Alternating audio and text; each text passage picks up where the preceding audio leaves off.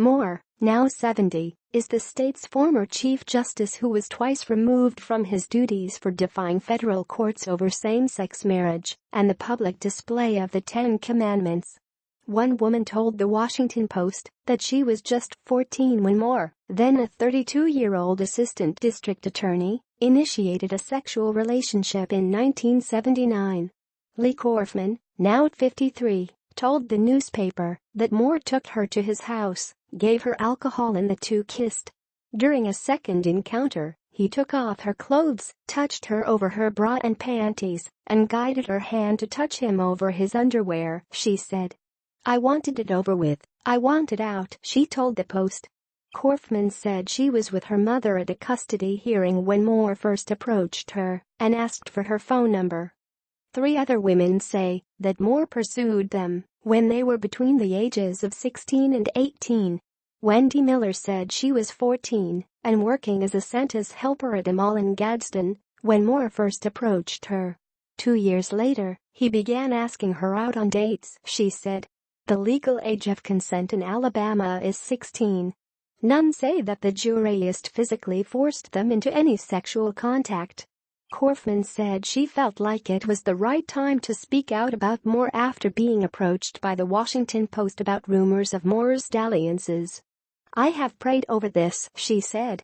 "All I know is that I can't sit back and let this continue, let him continue without the mask being removed." Moore called the report garbage. "These allegations are completely false and are a desperate political attack by the National Democrat Party and The Washington Post on this campaign," he said in a statement.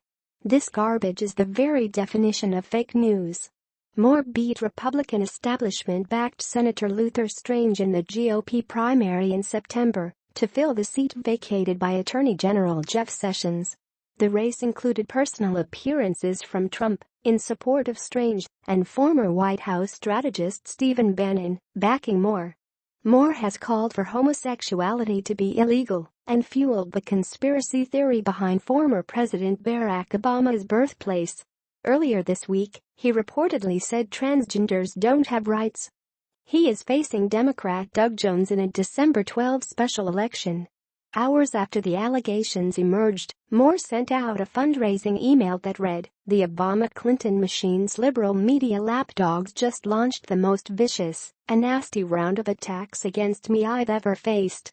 I believe you and I have a duty to stand up and fight back against the forces of evil waging an all-out war on our conservative values," he wrote. "I will never give up the fight."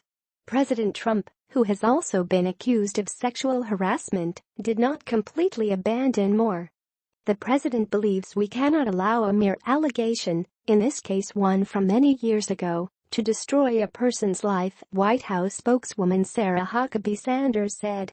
However, the president also believes that, if these allegations are true, Judge Moore will do the right thing and step aside. Moore's backers in the Bible Belt brushed off the accusations.